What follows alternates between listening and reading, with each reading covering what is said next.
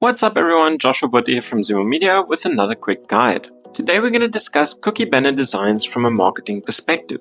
Now, even though you might not like the way that your cookie banner looks, there's a very specific reason why marketers have certain criteria that they follow.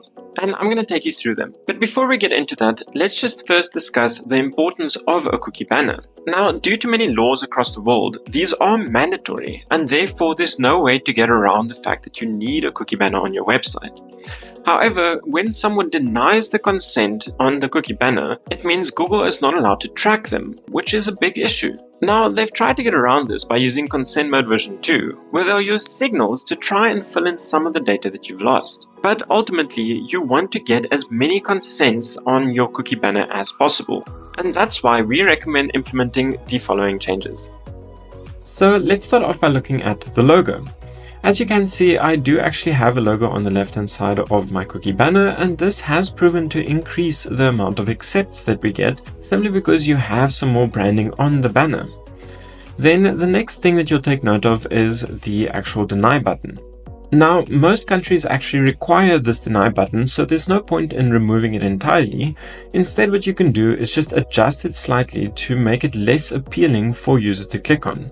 So as you can see, we actually put the button at the bottom below the other two buttons, and then the allow all button has more color and is more appealing for someone to click on, whereas the deny button is slightly grayed out, which is still visible, but users are less likely to actually click on it. And then we changed the text of the deny button so that it is more visible and they can see that there is a deny button on the cookie banner somewhere, but they are less likely to opt in for it because it is less appealing.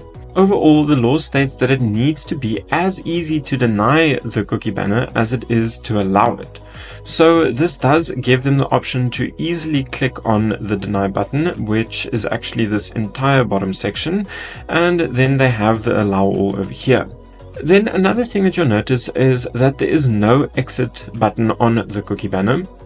And this is very important. This actually goes alongside the position that we have of the cookie banner as well, which is in the center of the screen, and it is rather large so that users do see it immediately. The last thing that this pairs with is that users can't actually click on anything on the website. They cannot scroll, they can't do anything on the website itself until they've given an answer on the cookie banner. Now, there's a very specific reason why we have these three features. If users click around on the website before they accept or deny the cookie banner, then you lose your attribution. So let's use an example. If someone came from Google Ads, then they'll actually have UTM parameters added to the end of their URL, and this will just tell Google where they came from and the actual identifier of that click. When you go to a different page, this UTM parameter disappears, and if they have not accepted or denied the cookie banner, then Google is not able to process this data, which means you entirely lose the attribution. It will either be set as not set, or it will go to direct, or it will not show up at all. So it is vital for users to either accept or deny the button immediately when they reach your website before they start taking any other actions. This is why we don't have the exit button, we don't allow them to click around, and the banner is in the middle of the screen where they can clearly see it and need to give an answer. If the user is bothered by this, then after all, this is most likely not a client that would have bought anything, so it's not going to be a major loss. It's more important for you to be able to track the attribution of your users so that you can advertise to the correct users in the future.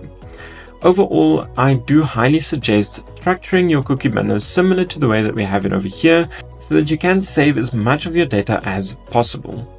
And that's it for this video. I'm going to be releasing more of these, so please do like and subscribe, and see you next time.